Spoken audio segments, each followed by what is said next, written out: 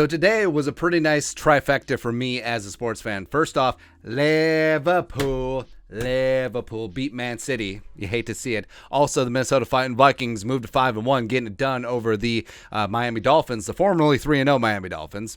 Whatever. And then, at the same time, concurrently, simultaneously, the Greasy, Grimy Green Bay Packers were getting the business from the New York Jets. Woo! Love to see it, man. Plus, our guy, Sauce Gardner, the pride of Cincinnati, who I wanted in the draft, except, the Vikings weren't going to get him because he was going to go extremely high. Trolling the Packers fans, putting on the cheese. I love it.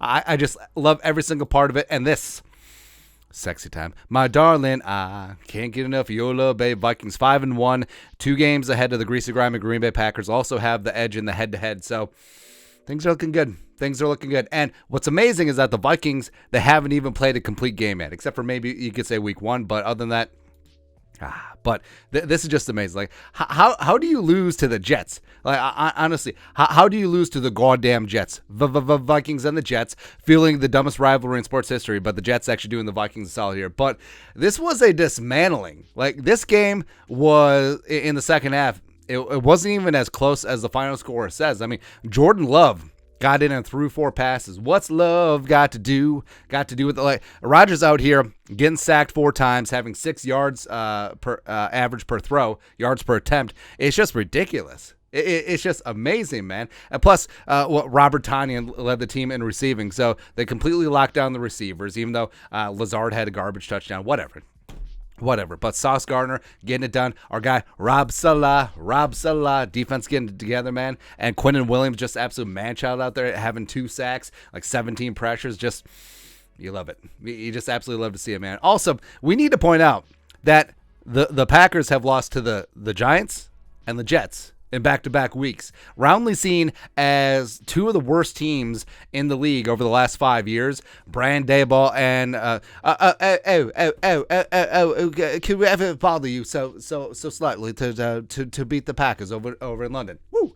Love to see it. And then also you have, how do you lose at home to the Jets? Also, technically, this is what's amazing.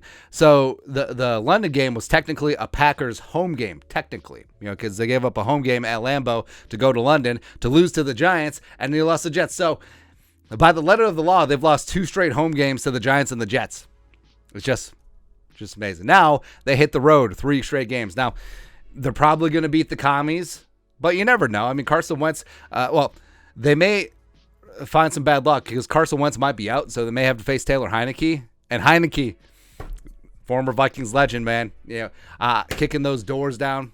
That's right. Like, I think that he could potentially give it to the Packers. Then you're at Buffalo. Good luck with all that. Then you're at Detroit. That's not a gimme. Then the Cowboys come into Lambeau Field. Cooper Rush ain't gonna be backing out from no one, or Dak or whoever. Versus Tennessee on Thursday, and then you're at Philly.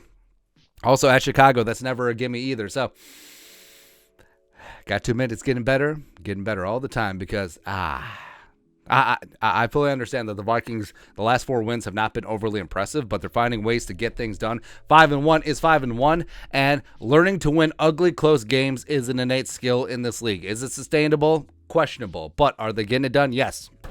Yes, they are. And, kicking the Packers' ass week 1, like, that was a high watermark. Like that, well, not high watermark, but that's a standard. Like, that is the benchmark of what it should be. Now, the last 4 wins, not so much that, but they still count the same. They still spend the same in the standings. And, of course, the Packers just losing. Just things you hate to see.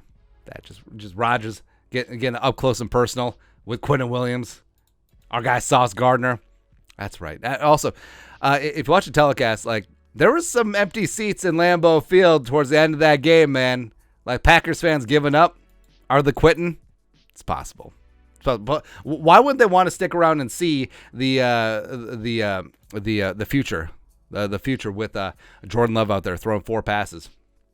It's just fantastic, man. But your thoughts are thoughts.